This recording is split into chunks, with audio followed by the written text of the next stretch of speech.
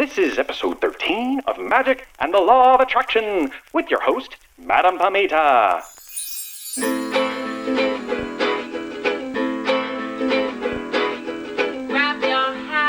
Hello, everyone. I'm your host, Madam Pamita, and you're listening once again to Magic and the Law of Attraction, the podcast where you'll learn how to transform your life in magical ways to make it the very best that it can be.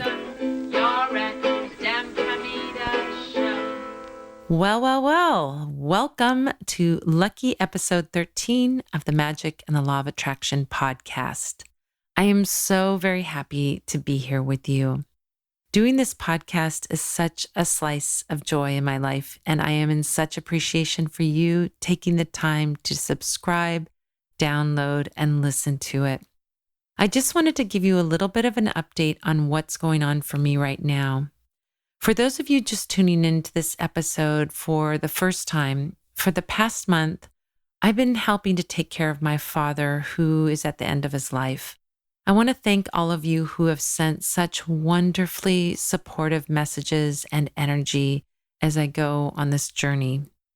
When people ask how it's all going, I say it's really hard, but it's also really great. It's a lot like a spiritual trial where you're being tested and taken to a place that you didn't think you could handle. But somehow you do, and because you do, you receive some amazing blessings. I mean, really amazing magical gifts along the way. There is some crying for sure, a lot of snot bubble in the nose kind of crying, I'm not afraid to admit. But when I get a chance to laugh now, it feels so good. So I guess it's just your basic emotional roller coaster. One of the things about this time is that I'm being given some amazing spiritual goodies. I've met some amazing spirit guides who are accompanying me on this journey. And I'm also learning to do something that I want to share with you, a really simple thing that I think pretty much anyone could benefit from, especially when you're feeling maxed out or depleted. From moment to moment, I remind myself to find my small pleasures. I ask myself, what would emotionally and spiritually nourish me right now? And then I find a way to do it. For me during this time, it's been doing things like going to yoga class with my fabulous yoga teacher, Pamela London, or taking magical intentional walks where I ask my guides to show me messages on the way. And by the way, one of today's messages was a dyed green feather from a feather boa. Now, whenever I see a feather, I know it's a message telling me that my angel guides are hovering nearby. But the fact that this Kelly green feather showed up was extra special for a number of reasons. On the serious side, green is the color of the Archangel Raphael, and I will totally take a dose of healing from an archangel anytime. But I also know that my guides have a sense of humor. So as I picked up this bright green feather boa feather in my path, I was thinking, okay, so one of my angel guides is a Las Vegas showgirl. I love that. So I've been also doing a lot of other spiritually and emotionally nourishing things like taking time outs with hot baths, with a book and a glass of wine, watching old comedies, spending time with my kids, and even doing a little video gaming. Yes, I play World of Warcraft. It's my guilty pleasure. And of course, making this podcast for you is something that really feeds my soul. So thank you so much for listening and giving me a place to share some magic with you. I thank you. I appreciate you so much. And I send you love beams every single day.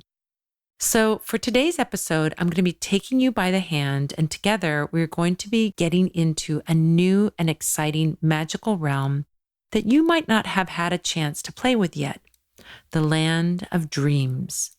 Yes, I'm going to be teaching you how to do dream magic. So Tammy from Michigan writes, how do you get someone to dream about you in a good way? I guess travel into their dreams or have them dream about getting back with you and have it really influence them so they will. I love this question because not only can we cover how to magically influence someone through dream work, But we can also get into all the other kinds of dream magic, receiving prophetic dreams, intentionally dreaming, connecting to other souls in the dreamscape, interpreting dreams, catching lucky numbers from dreams, contacting spirits in dreams, protection in the dream world, and dream spell work, a whole bunch of magic with your own dreams and magic with someone else's dreams. Like so many of the old ways that I teach you on this podcast, dream work has been something that people have been fascinated with throughout history. And we can find dream magic in every culture and in every religion. It's not surprising, really. Dreams are definitely one of the more bizarre and underexplored parts of being human. I mean, what is happening when we dream? When we dream, time and space are totally disjointed. We can immediately teleport from one location to another. We can see fantastical creatures. We can fly without wings or swim without scuba gear. We can connect with celebrities, meet people whom we've never met before, or reconnect with loved ones who have passed on from the physical realm. If you're the kind of person who is into Harry Potter type magic, the dream world lets us do all the magical things that Harry, Ron, and Hermione do in the books and movies, and then some. No wonder people have been fascinated with dreams throughout the ages. Now, dream work can be divided into two categories: receiving dreams and projecting into dreams. Wait, I hear some of you out there saying, Madam Pamita, I don't have dreams. And while it may seem like you don't dream, that's not entirely true. All of us dream. We have to dream. There have been studies where they have denied people REM sleep, and REM sleep is where your dreams happen. If people are prevented from having REM sleep, all kinds of terrible things begin to occur. The subjects start hallucinating, they become paranoid, their blood pressure and stress levels skyrocket. They basically fall apart. In fact, without enough REM sleep, you will die. That's right. If you don't dream, you can die. Isn't that crazy? So yes, I don't have dreams, folks out there. You do dream. You have to dream or you wouldn't be here. So what's really happening is that you are dreaming, but you don't remember your dreams in the morning or not much of them. So I recommend for anyone who is going to start working in the dream realm to really get their game on.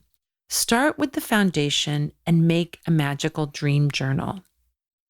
Each night before you go to sleep, write at the top of the page in your dream journal, I will remember my dreams tonight and they will be filled with helpful information. Or, I will remember my dreams tonight and they will be happy, peaceful, and magical. Or whatever intention you want for your dreams. Then as soon as you wake up, write down any memory you have of your dreams from the night before, even if it's just fragments or feelings. The more you work on this dream journal magic, the more your conscious mind will start paying closer attention and remember your dreams. Even if you don't remember your dreams, continue to write your intention each night, and eventually you will start remembering. And for those of you who already do remember your dreams, doing this magical exercise can really enhance the recall of the fine details. So, all right, we're ready. Let's first dive into the kind of work that is done with receiving dreams. The first and probably the most well-known way of doing dream work is receiving messages, prophecies, and symbols. At least once in your life, you've probably done the thing where you have a dream and thought, that has to mean something more than just some weird dream. I wonder what it means. Well, if you've ever thought that, you're already one step ahead of the game, realizing that there are more to dreams than meet the eye. The dream realm is an amazing place where we can receive messages from our guides or our inner intuitive guidance or from the spirit world. Now, while we might get useful, helpful, or healing information from our dreams once in a while, we can actually do magic to make our dreams helpful more often. If you want to contact your guides in your dreams, for example, before you go to sleep, light a small blue candle. Blue is an excellent color to open up communication of any kind, including spirit communication. You can light a small tea light, but I recommend a really small candle, like a birthday candle. At the Parlor of Wonders, we have a birthday candle-sized beeswax taper for sale called a tiny taper, and these are really excellent for this kind of work. I'll put the links to these in the show notes if you'd like to try this spell. Anyway, you take this tiny candle and you dress it with spirit guide oil in an upward motion. Then you light it and speak your intention for your dream time.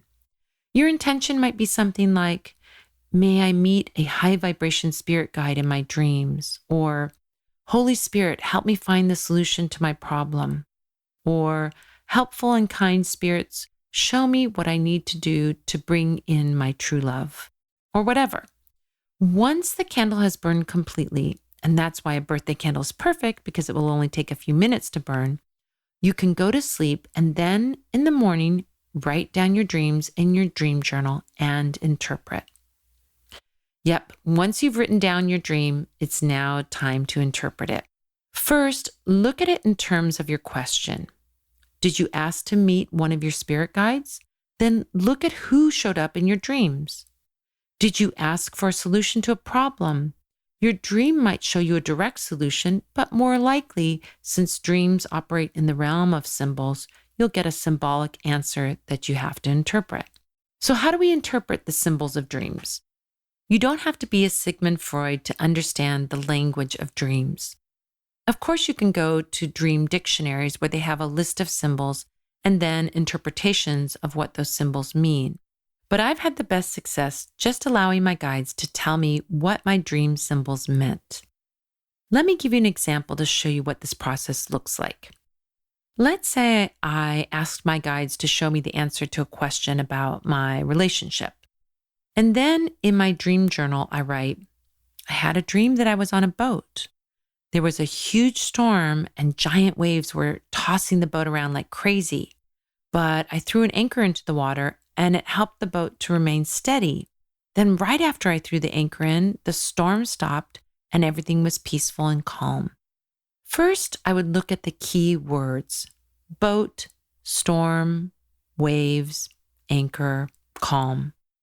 And then I would look deeper at what they could mean in context of the relationship and write some stream of consciousness interpretation of the dream in my dream journal. So, for example, I could write, first, what about the storm? Well, stormy arguments or tempestuous feelings.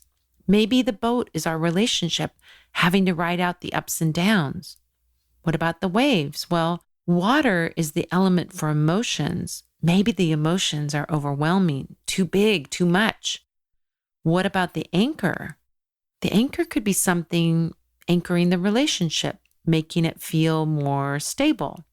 I throw it in, so maybe I need to do something to stabilize the relationship. Maybe I need to throw something from the relationship overboard, and if I do, that will help the relationship to weather the storm. And once I do, the storm stops and everything gets calm again.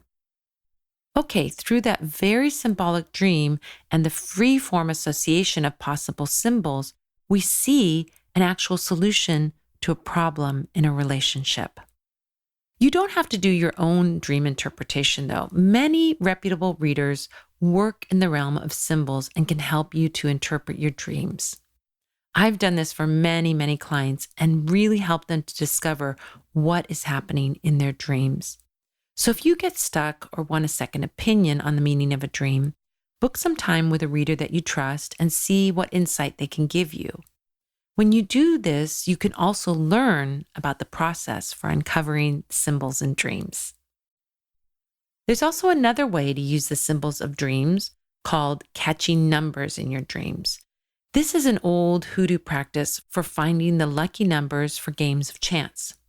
In the old days, it was for playing policy, but nowadays it can be used for lotto, keno, or betting on horses by the number. To do this, you need a lucky number dream book. Back at the turn of the 20th century, you could purchase these paper booklets, which are like dream dictionaries with many symbols listed, but instead of an interpretation of the symbol, there's a number listed.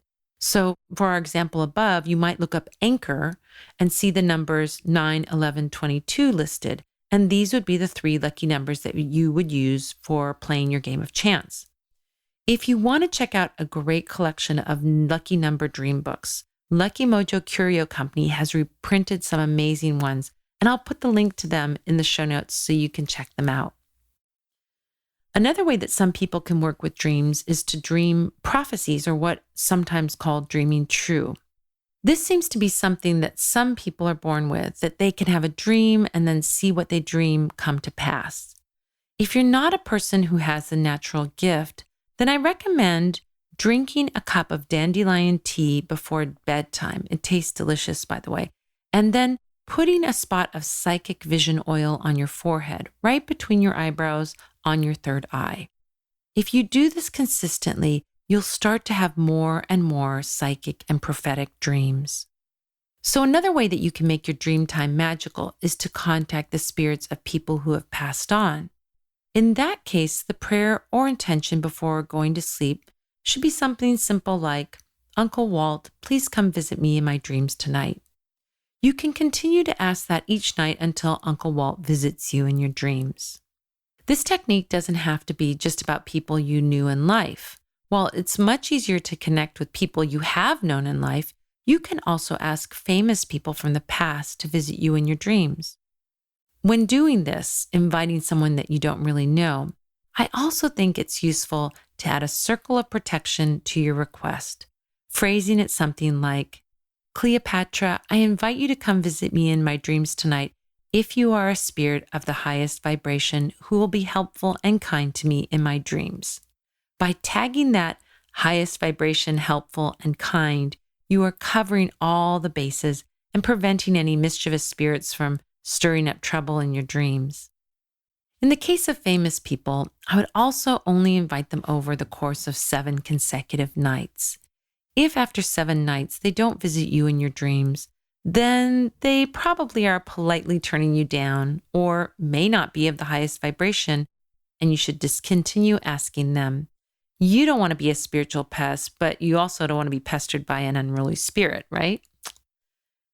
You can also ask for people who are alive to visit you in dreams. You might, for example, ask for your ex-lover to visit you in dreams so that you can reconcile on the astral plane. Or you could ask a potential lover to visit you so you can start a relationship. Doing this is probably one of the least coercive ways of working with dreams to start a reconciliation or to get someone to start thinking about you. You would just do it as you would ask someone who has passed on, just a simple request before you go to sleep, such as, "John Smith, please come visit me in my dreams so that we can make up." So for those of you who want to do a gentler and less dominating form of dream work, this is perfect. Think of it like this. Asking someone to visit you in your dreams is like inviting someone to come over to your house. They have the freedom to come if they want or not. As we get into our next kind of dream magic, where you go into someone else's dreams, we're treading into territory that is much more coercive, much more intrusive, like walking through someone else's door uninvited. Some of you are going to be okay with that, and some of you are going to be like, "Oh, no, that's too much." So if you want to do some dream work to connect to someone and don't want to cross that line, then inviting someone into your own dreams is a sweet and gentle way to do that. But let's talk about crossing that line, because Tammy asked about it, and some of you may want to do this. So let's get into controlling someone else's dreams.